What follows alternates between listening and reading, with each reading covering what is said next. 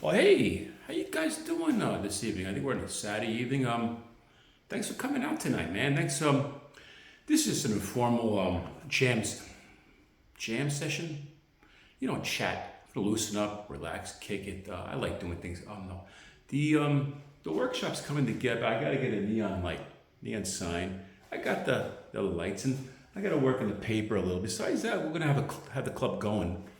And I guess I kind of wanted to start, so we'll be kicking it here. This is kind of like a preparation for my first YouTube special. Once the club's together, I'll invite you all down. Come to the club. I got a YouTube channel. You know about it. But we're gonna have. I'm gonna have. I think I've been on there about half an hour, but I'm gonna have with a new decoration. It's gonna be a real show, my YouTube special.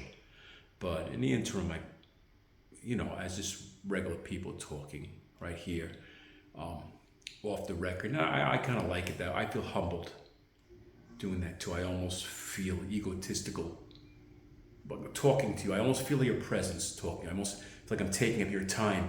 I can feel your presence right now as I'm taping this, and that's why I don't need to go. See, a lot of folks on specifically Instagram, whatever, they feel needed, and you think they go live because they want, yes, they want them, but a lot of them are feeding off of your, and I'm not mentioning anybody specifically. I don't want to get in that war. I've seen it happen on YouTube, which that's why I never mention any names. I know I follow people and stuff, but I leave their names. I don't ask anybody to watch my videos or to cash out, any of that stuff. I'm just speaking how I feel, being scrolling through the reel. A lot of them, I think they need to feed off of the energy of the followers. Yeah, I know. I've been that way before, and I fight that urge. But that's why I don't think I could ever go live, even if I needed the money. I think I'd rather get a job than go live and have to make money doing things that way. That's not for me. I know you're expecting comedy. I'm not just into comedy. I'm into talking. I'm into motivating. I'm into poetry. As Donny Osmond once said, I'm a little bit country and I'm a little bit rock and roll. These cards here, because I'm trying to lighten my load. You see these blank postcards? They're blank, right? I bought these for the purpose. Let me put them back now. Of being QSO cards.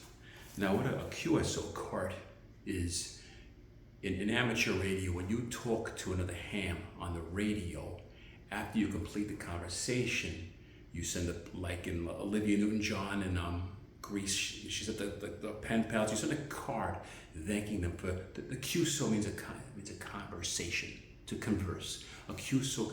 So I was getting these QSO cards because that's what they'll do. When you talk, they'll go on the websites, they'll find out your QTH, your location where you live, and then they'll send you this card, and you'll come home and get this post. I felt guilty, so I thought I have to send them back to them or whatever. I thought I was going to get in the game for a while, but I lost interest in it. It's like I always blank QSO cards, so I started using them to write my everything, music, comedy, YouTube ideas, cue cards. They're great. I'm running out of them. I'm going to get some real index cards now, but that's besides the point. This is a warm-up special. I'm running out of breath, but I feel the need to keep going. I feel your presence here. I feel like who's placating who? Am I placating you, by sticking around just to please you, or are you sticking around because you feel you need to support me? Let me just take off my sweatshirt and take a sip of water while we did.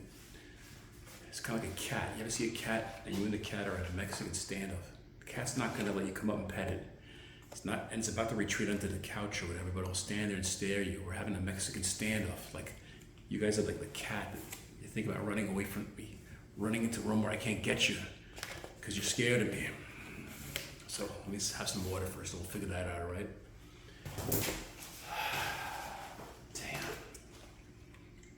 Damn. It's not easy being green.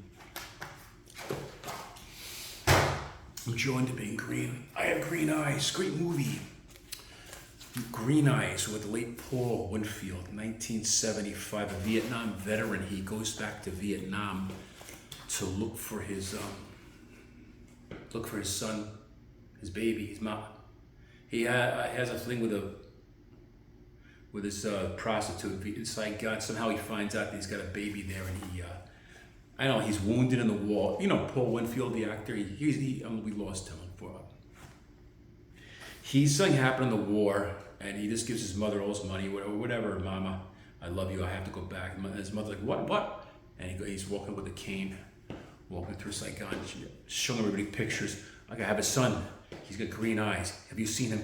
And he's looking, and then along the way he befriends this boy. In all these movies, and it's in the movie I'm in reference to, a similar type of story, but it's called Uncle Joe Shannon. But let's get back to this movie. In this movie, Paul Winfield, he adopts his Vietnamese. You still with me?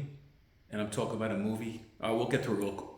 This Vietnamese boy, he's an orphan, he's a teenager. First he's trying to rob Paul Winfield. They're enemies, they don't get along, don't you get it? And then they develop a relationship slowly. You'll see, you have to see the movies. You'll probably find the trailers to it on YouTube. Anyway, what else can we do? I'm losing steam, man. You see, this is a warm-up special. Let's leave it at that. Maybe I'll make another one later. Hey, thanks. I'm gonna go have a cup of coffee. Thanks for tuning in.